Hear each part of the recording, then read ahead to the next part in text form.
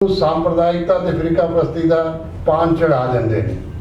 दूसरा ये है कि जेड़े भी काम इन्होंने कीते ने वो मैनू ये लगता है कि हिंदुस्तान की संपादिका जी मृणाल पांडे सी उसने 2013 में एक लिखिया सी, हिंदुस्तान के एडिटोरियल लिखिया सी कि RSS नू एक ऐसे व्यक्ति की जरूरत सी जिहड़ा स्वच्छंद होके RSS के एजेंडे नू लागू कर। मोदी जी ने उस पूरे एजेंडे नू इन्हां 10 सालों च लागू किया। गोलवलकर ने यह गल कही नेशनहुड विच कि अगर देश विच 50 साल राज करना है तो 2-3 शाहूकार पैदा कर दो ते बाकी सारे भिखारती पैदा कर दो। इस सरकार ने पिछले 10 सालों में 2-3 तो शाहूकार पैदा कर दिते ने ते बाकियां नू भिखारी की जगह लाभार्थी ना दे के नवा ना दे के भिखारती बनाता, लाभार्थी बनाता है। 80 करोड़ लोगों को जिहड़ा देश ये कहे तो जिहड़े देश का माननीय प्रधानमंत्री ये कहना शुरू कर दे कि 80 करोड़ लोगों को 5 सेर 5 किलो अनाज दिता जाता है, इसका मतलब ये है कि एक गरीबी की रेखा तो इतों ही पता लग जाता है कि माननीय प्रधानमंत्री ही मान रहे हैं कि इस देश के 80 करोड़ लोग भिखारी ने, वो लाभार्थी ने, उन्होंने को रोटी खाण की जुगाड़ नहीं, वो रोटी भी खाण नहीं चाह सकते। इस हालात जो देश फस गया होवे ते देश के शाहूकार सारे देश के संपत्ति नू खरीदण दे लई तैयार होण या उन्होंने हाथ में सारी परी संपत्ति दे दी जाए तो आने वाला समा कि इस डेमोक्रेटिक ते लोकतंत्र नू जागरूक रख सकेगा या नहीं रख सकेगा, ये साडे सामने सवाल सी।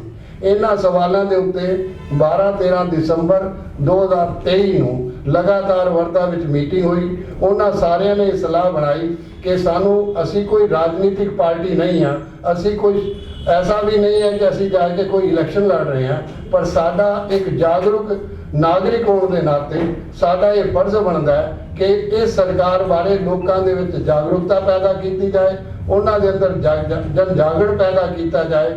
उस आधार को लैके असी 15 जनवरी 2024 नू दिल्ली गांधी पीस फाउंडेशन तो एक इस जन जागरण यात्रा का आरंभ किया। असी उस तो बाद पानीपत, उस तो बाद गुरदासपुर तो बाद जम्मू तो जम्मू तो बाद असी अमृतसर दरबार साहब ते जलियांवाला बाग तो आप जी को इत्थे पहुंचे हैं। तो इस करके असी जरूर कष्ट दिता है कि ये जिहड़े साडे अनुभव ने वो मैं तुहाडे नाल शेयर कर दियां। मेरे नाल सरदार बख्तावर सिंह जी जिहड़े पंजाब के कोआर्डीनेटर ने वो मेरे नाल बैठे ने, अजय शुक्ला जी ने चंडीगढ़ तो ने, मैं हूँ बख्तावर सिंह गुरदासपुर तो पंजाब, हाँ जी पंजाब कोआर्डीनेटर ने साडे।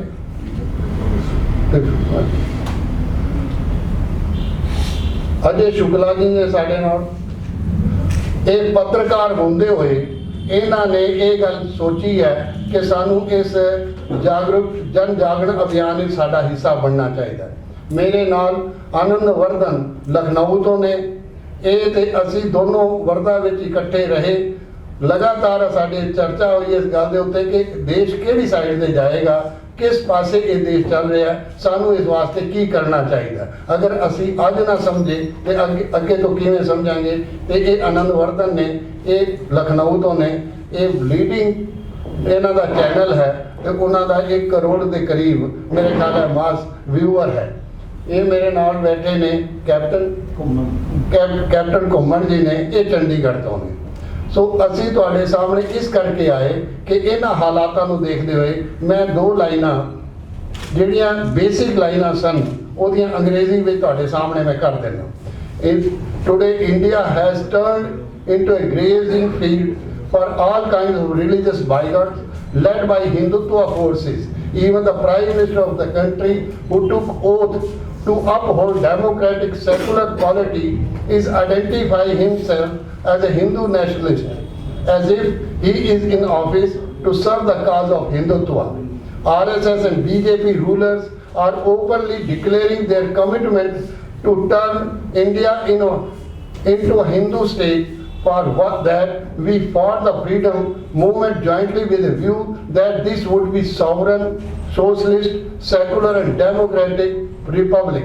But what happened during the period has put country into turmoil. After 2014, a scenario has put us to realize how this Ram Mandir scenario has put the country into such a situation. What would be the end result thereof? One can't even think. The country has been put to divide on religious lines, especially Sikhs and Muslims feeling alienation. There is nothing wrong to have faith or celebrate in its own way, but that does not mean to target any community. Keeping in view this, a meeting was held at Wardha, whatsoever I told you also that. So इस सारे हालात को ਅਸੀਂ ਦੇਖਦੇ ਹੋਏ ਅਸੀਂ ਇਸ ਦੇਖਿਆ ਕਿ ਸਾਡਾ ਇਹ ਫਰਜ਼ ਬਣਦਾ ਹੈ ਕਿ ਲੋਕਾਂ ਤੱਕ ਇਸ ਆਵਾਜ਼ ਨੂੰ ਲੈ ਜਾਇਆ ਜਾਏ ਤੇ ਮੀਡੀਆ ਤੋਂ ਵੱਧ ਇਸ ਆਵਾਜ਼ ਨੂੰ ਲੋਕਾਂ ਤੱਕ ਪਹੁੰਚਾਉਣ ਦਾ ਕੋਈ ਸਾਧਨ ਨਹੀਂ। ਇਸ ਕਰਕੇ ਅਸੀਂ ਤੁਹਾਡੇ ਵਿਚਕਾਰ ਆਏ ਹਾਂ, ਇਹ ਸੋਚ ਕੇ ਆਏ ਹਾਂ। ਇਸ ਤੋਂ ਬਾਅਦ ਅਸੀਂ ਦਿੱਲੀ ਤੋਂ ਬਨਾਰਸ ਤੇ ਤੀਸਰੀ ਯਾਤਰਾ ਸਾਡਾ ਇਹ ਹੈ ਕਿ ਅਸੀਂ ਦਿੱਲੀ ਤੋਂ ਕੋਟਾ, ਜੈਪੁਰ ਤੇ ਉਦੈਪੁਰ ਵਗੈਰਾ ਕਰਨ ਦਾ ਪ੍ਰੋਗਰਾਮ ਬਣ ਰਿਹਾ। ਅੱਗੇ ਜਿਸ ਤਰ੍ਹਾਂ ਵਿਚਾਰਾਂ ਬਣ ਗਈਆਂ ਇਸੇ ਤਰ੍ਹਾਂ ਮਹਾਰਾਸ਼ਟਰ ਵਿੱਚ, ਇਸੇ ਤਰ੍ਹਾਂ ਬਾਕੀ ਸਟੇਟਸ ਵਿੱਚ ਇਸ ਕਾਰਵਾਈ ਨੂੰ ਜਾਰੀ ਕੀਤਾ ਹੈ। ਬਹੁਤ ਸਾਰੇ ਲੋਕ ਇਹਦੇ ਅੱਗੇ ਵਧੇ ਨੇ ਕਿ ਸਾਨੂੰ ਇਸ ਵਾਰੀ ਬਿਲਕੁਲ ਅੱਗੇ ਆ ਕੇ ਇਸ ਗੱਲ ਨੂੰ ਕਹਿਣਾ ਚਾਹੀਦਾ। ਬਾਕੀ ਰਾਜਨੀਤਿਕ ਪਾਰਟੀਆਂ ਨੇ ਦੇਖਣਾ ਕਿ ਉਹ ਕਿਸ ਸਾਈਡ ਤੇ ਜਾਂਦੀਆਂ ਨੇ। ਇਹ ਕਹਿੰਦਾ ਮੈਂ ਤੁਹਾਡੇ ਅੱਗੇ ਬੇਨਤੀ ਕਰਦਾ ਕਿ ਇਸ ਵਿਚਾਰ ਨੂੰ ਤੁਸੀਂ ਦੇਖੋ, ਸਮਝੋ। ਹਾਂਜੀ ਵਰਡਨ ਜੀ।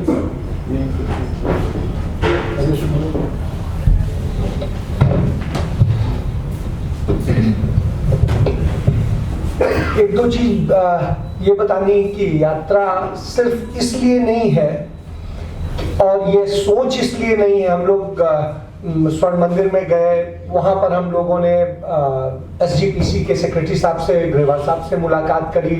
उन्होंने हमारे साथ में बड़ी बेहतर तरीके से सामंजस्य की बात करी है, क्योंकि हम हर धर्म, हर जाति, हमारे जो पूर्वज के पुरखे थे जिन्होंने ये संविधान बनाने में योगदान किया, जो संविधान सभा थी, उन सब की ये सोच थी कि इस देश के हर एक व्यक्ति को, चाहे वो किसी भी कौम का हो, किसी भी जाति का हो, किसी भी धर्म का हो, किसी भी क्षेत्र का हो, उन सबको जोड़ करके करेंगे, सबके सम्मान की बात करेंगे, चाहे वो 2 की उसकी पॉपुलेशन हो या उसकी लाख की पॉपुलेशन हो। तो इस सोच पे हमारा संविधान था।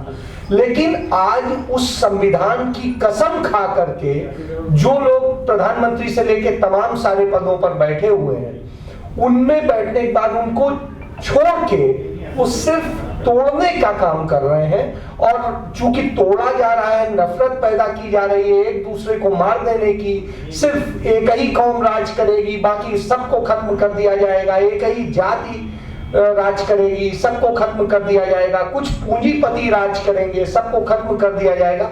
तो जो ये सोच है कि हम रहेंगे, बाकी सबको खत्म कर देंगे, इस बात को लेकर के हम लोगों का है कि नहीं, हम सब प्यार से रहेंगे, ये देश हम सब का है, चाहे महिला हो, चाहे पुरुष हो, चाहे हिंदू हो, सिख हो, ईसाई हो, बौद्ध हो, जैन हो, सबका बराबर हक है।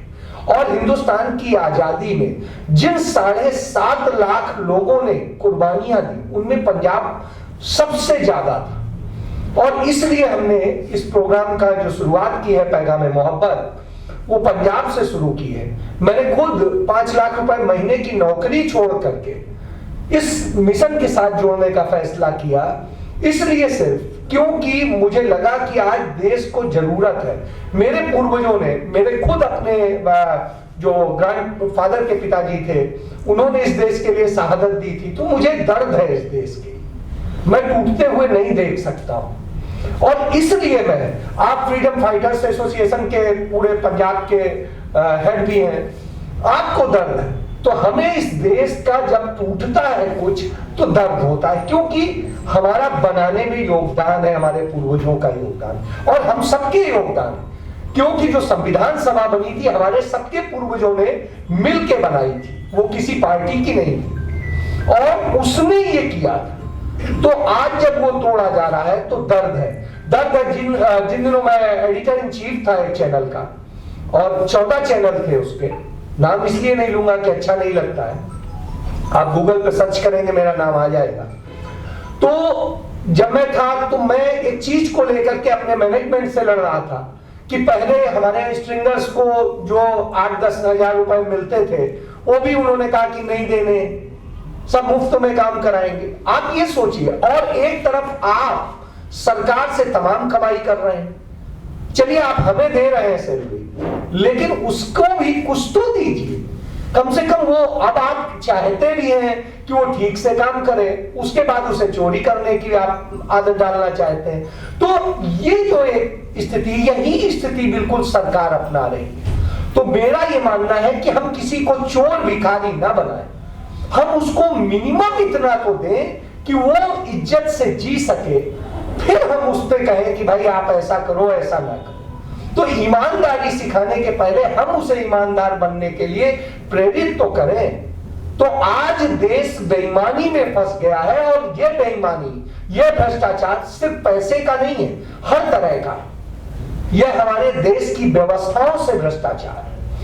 इसलिए हमें दर्द है, और इस दर्द के कारण कि कैसे इन चुनौतियों से निपटा जाए। हमारा किसी पार्टी से न मेरा लेना देना है, न आपका है, न किसी और का है, लेकिन हम लोग, देश का दर्द है क्योंकि हम लोगों ने तमाम चीजें खोई हैं अपनी, और खोने के बाद ये देश की आजादी पाई है। तो ये देश नहीं जाना चाहिए। मणिपुर में गया, मैंने जाके वहां के दर्द को देखा है, जिस तरह से वहां की लड़कियों को नंगा किया गया, आप देख करके रो देंगे, रोंगटे खड़े हो जाते। यदि हम अपनी कल्पना करें, हमारे घर की कोई बच्ची के साथ इस तरह होता तो हमारे साथ क्या गुजरता। मैं देश का कोई कोना इत्तेफाक से नहीं छूटा है जहां नहीं गया हूं, लेकिन जहां पे दर्द की स्थितियां आई वहां गया, वहां देखा, निश्चित रूप से मुझे तकलीफ हुई कि हमारे देश की क्या तस्वीर बना दी। आज विश्व गुरु की बात लोग करते हैं, और साहब जब दुनिया में जाइए तो आज जब चर्चा होती है तो ये वो देश जिसको एक सम्मान के साथ लिया जाता था, या तो हमें इसलिए पूछा जाता है कि हम उपभोक्ता देश बन गए। हमारे देश का प्रोडक्शन 70% घट गया। हम 70% आयात कर रहे हैं चीन से, और चीन से हमारी व्यवस्थाएं चल रही, जहां हम कहते थे चीन का बाइकआउट करेंगे, आज ये हालत कर दी है। जब प्रोडक्शन नहीं होगा तो साहब जो बाकी चीज होगी, ट्रेडिंग पे होगा, तो वो तो बिल्कुल साहूकारों जैसा हाल हो जाएगा। वो हाल किया जा रहा है। इस कारण से हमारे बच्चे बेरोजगार हो रहे हैं, तमाम सारी चीजें हो रही। तो जो आने वाली पीढ़ी है, मैं भी 2 बेटियों का बाप हूं, मुझे लगता है कि मेरी बेटी सुरक्षित तो रहे इस देश में। और जब सुरक्षा का एहसास नहीं होगा तो आप बताइए वो दर्द, उस दर्द को मैं साझा करने चला हूं, और मैं समझता हूं कि हम सबको उस दिशा में सोचना चाहिए। बाकी